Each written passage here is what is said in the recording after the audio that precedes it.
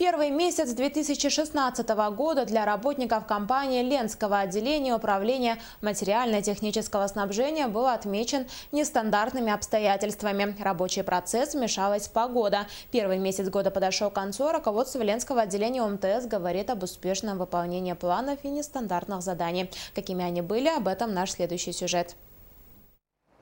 На складских территориях Ленского отделения ОМТС идет погрузка. Сегодня автомобили увезут часть груза в Удачнинское отделение, откуда он разойдется по заказчикам. Геотекстиль, вот он в больших рулонах, отправится на Верхнемунское рудное поле. Его ждут строители для обустройства дороги на месторождение.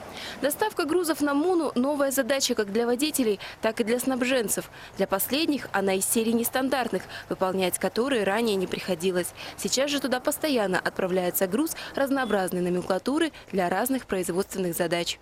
С развитием Верхнемунского рудного поля в этом году мы отгружаем продукцию в то направление. Вот в январе месяце мы отгрузили, я говорил уже, значит, емкость на 2000 тонн светлых нефтепродуктов. И продолжили эту работу буквально в конце января месяца, отгрузили вторую емкость. Это была как целевая задача, значит, обозначенная строителями. Целевой задачей стала и отгрузка металлоконструкций в адрес Нюрбинского ГОКа. Заказчиком был сделан акцент на срочной доставке определенных конструкций и панелей к ним. Эта задача также была вовремя выполнена. Всего за январь было отгружено 12,5 тысяч тонн, как на новые, так и на привычные направления – Мирный, Удачный, Айхал.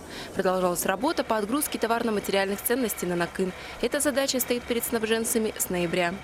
Это 5 с лишним тысяч тонн в адрес Нюрбинского ГОКа на Накын. Итого мы говорим о технической продукции, мы отгрузили порядка 17 тысяч. Неплохие показатели дались, впрочем, не совсем легко. Не просто было войти в режим после длительных новогодних каникул, не радовала погода. Приходилось останавливать погрузку в актированные дни. Обеспечивать нормальный рабочий процесс помогают автобазы. Все заявки ОМТС на поставку автомобилей выполняются вовремя, что положительно влияет на выполнение планов и снабженцев, и транспортников.